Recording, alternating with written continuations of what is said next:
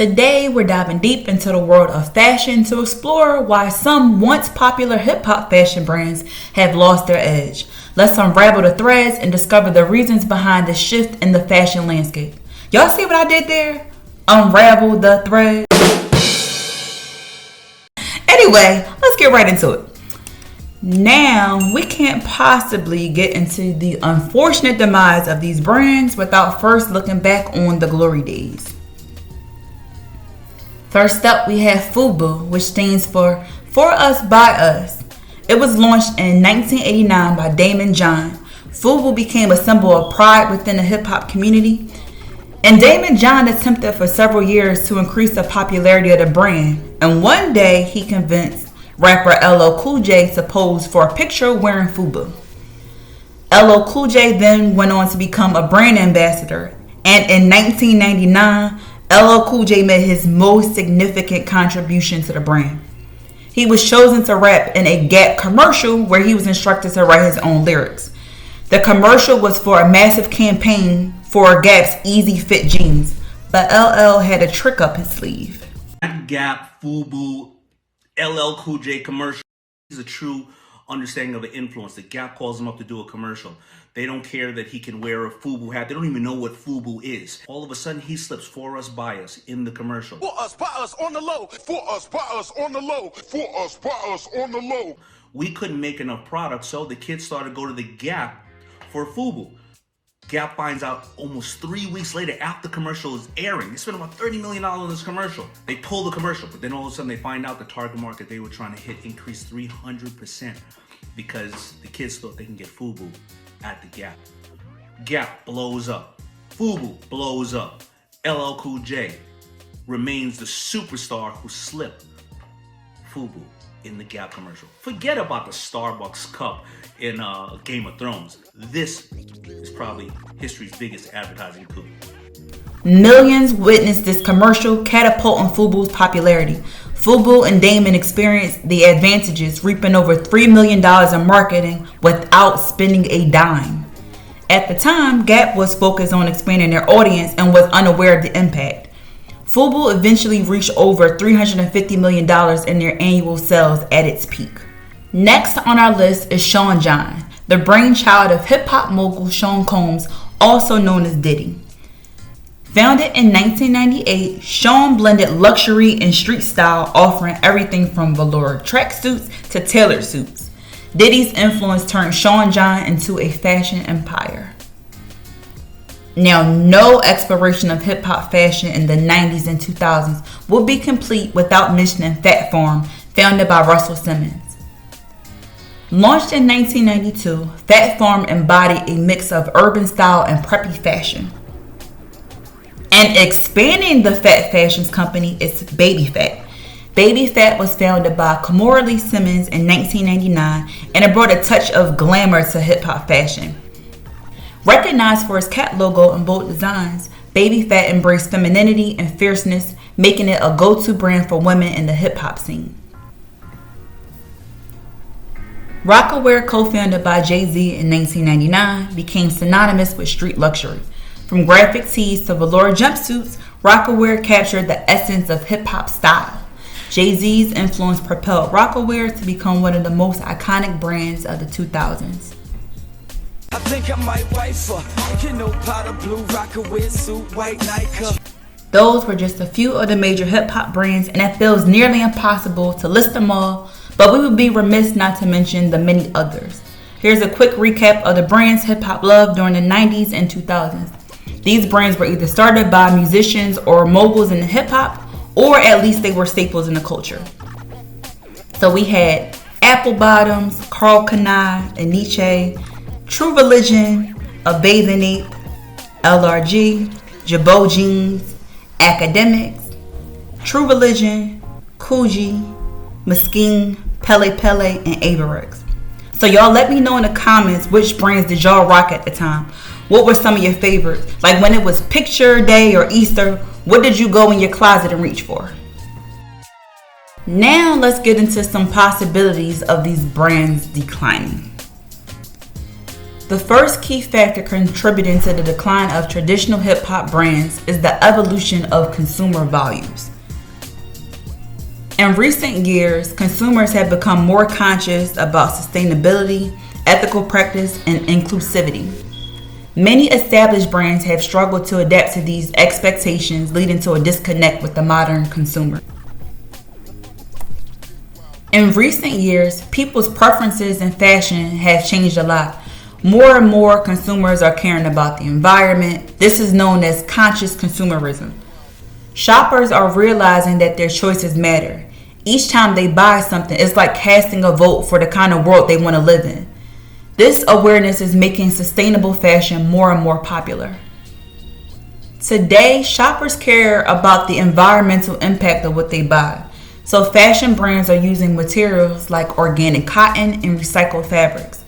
They're also making sure that the people making the clothes are treated fairly and work in safe conditions. Circular fashion could be another contributing factor.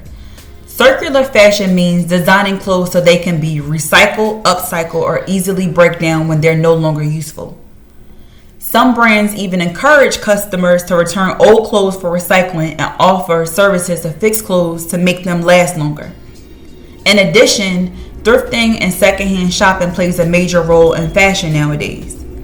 Secondhand stores and online platforms for used clothes are thriving. There are platforms such as ThredUp and Poshmark and plenty others where people can buy pre-loved items.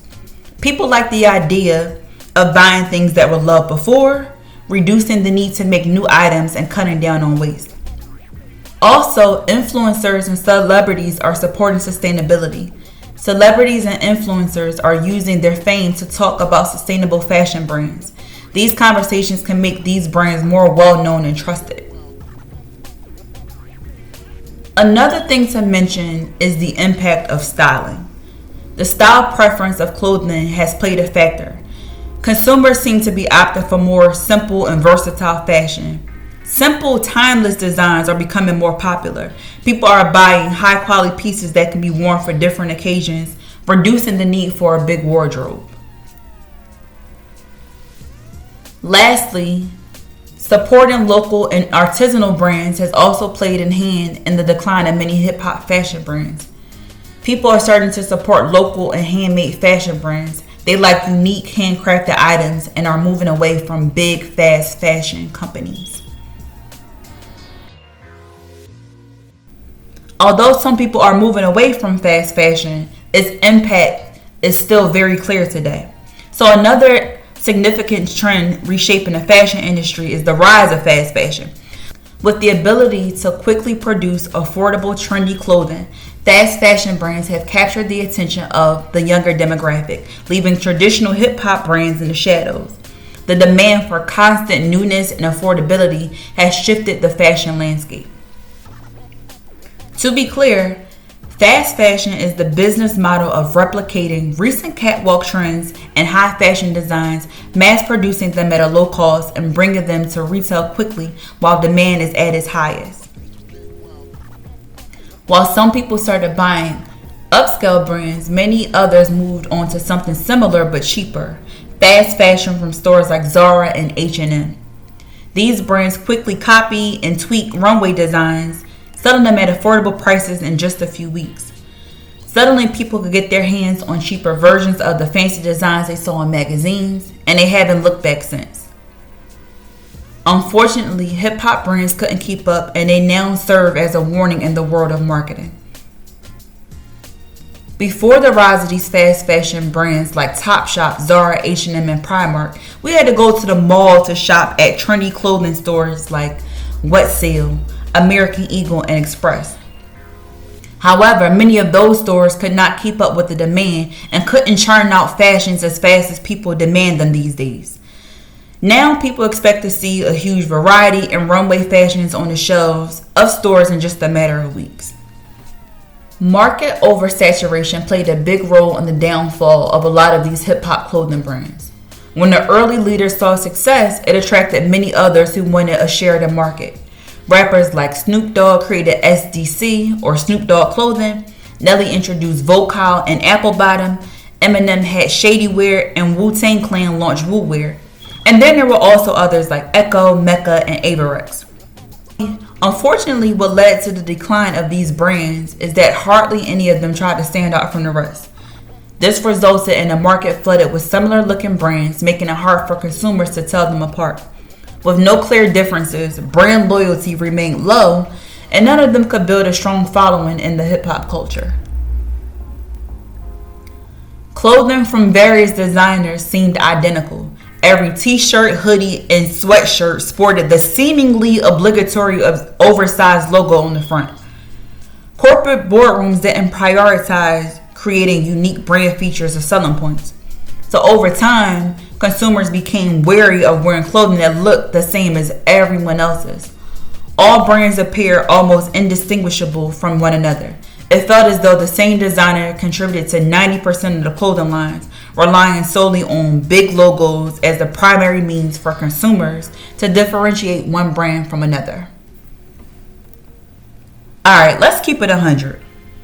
If you own a clothing line and you rap about rocking high-end brands from Italy and France, you inadvertently cast doubt on your own product within the market.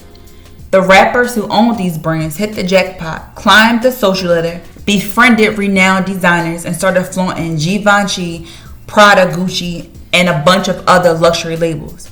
To make matters worse, they began rapping about this lifestyle more than ever. They forgot that their core fans looked up to them and brought their products with the hope of reaching that level of success. For example, today Jay-Z swears by Tom Ford. He moved on, and so did his market. In addition to hip-hop fashion trailblazers moving on, also came the end of celebrity brand ambassador era.